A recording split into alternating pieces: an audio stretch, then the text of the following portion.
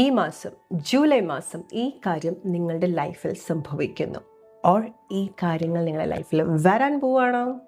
So let's see just one card but കുറേ കുറേ കുറേ മെസ്സേജസ്.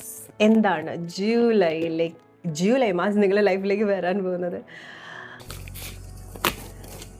എന്താണ്? നിങ്ങൾ റിലേഷൻഷിപ്പിലാവാണ് ഓർ നിങ്ങളുടെ ലവ് ലൈഫിലാണ് ജൂലൈ മാസം മേജറായിട്ടുള്ള മാറ്റങ്ങൾ സംഭവിക്കുന്നത്. ഓർ നിങ്ങൾ ഫോക്കസ് ചെയ്യേണ്ടത് നിങ്ങളുടെ ലവ് ലൈഫിൽ മാത്രമാണ്. വെറും ഒരു സ്നേഹമല്ല ഇത്, വെറും ഒരു റിലേഷൻഷിപ്പ് അല്ല.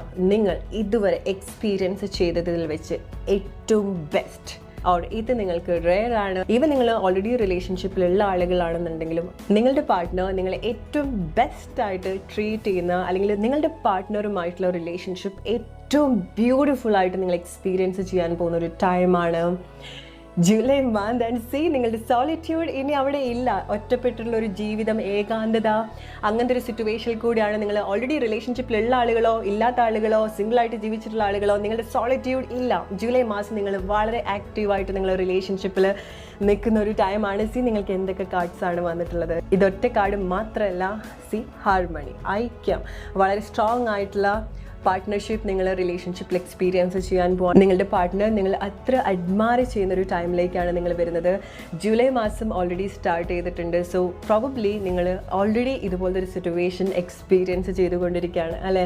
സോ നിങ്ങളുടെ റിലേഷൻഷിപ്പിൽ പല കാര്യങ്ങളും സോൾവ് ചെയ്യുന്നതായിട്ട് നിങ്ങൾക്ക് എക്സ്പീരിയൻസ് ചെയ്യാൻ സാധിക്കും. സ്പെഷ്യലി ലോങ് ഡിസ്റ്റൻസ് റിലേഷൻഷിപ്പിലൊക്കെ നിന്നിട്ടുള്ള ആളുകളൊക്കെ ആണെന്നുണ്ടെങ്കിൽ നിങ്ങളുടെ പാർട്ട്ണറെ കുറേ കാലത്തിന് ശേഷം അത്ര അടുത്ത് കാണുന്ന, ഫിസിക്കലി മാത്രം എന്നുള്ളതല്ല, ഓക്കെ, മാനസികപരമായിട്ട് അത്ര അടുത്ത് നിങ്ങൾ എക്സ്പീരിയൻസ് ചെയ്യുന്ന ഒരു ടൈമാണ്. ഇനി നിങ്ങൾ ഒറ്റയ്ക്കല്ല, നിങ്ങളുടെ ലൈഫ് ഒറ്റയ്ക്കല്ല. നിങ്ങളുടെ ആ ഒരു സോളിറ്റ്യൂഡ്, അല്ലെങ്കിൽ നിങ്ങൾ കുറച്ച് സമയമായിട്ട് നിങ്ങൾക്ക് തന്നെ ആ ഒരു സോളിറ്റ്യൂഡ് വേണ്ട ഒരു ടൈമിലൂടെ ആയിരിക്കും നിങ്ങൾ പോയിട്ടുണ്ടായിരിക്കുക. സോ നിങ്ങൾ വളരെ ബ്യൂട്ടിഫുള്ളി നിങ്ങൾ ഹീൽ ചെയ്തിട്ടുണ്ടായിരിക്കണം.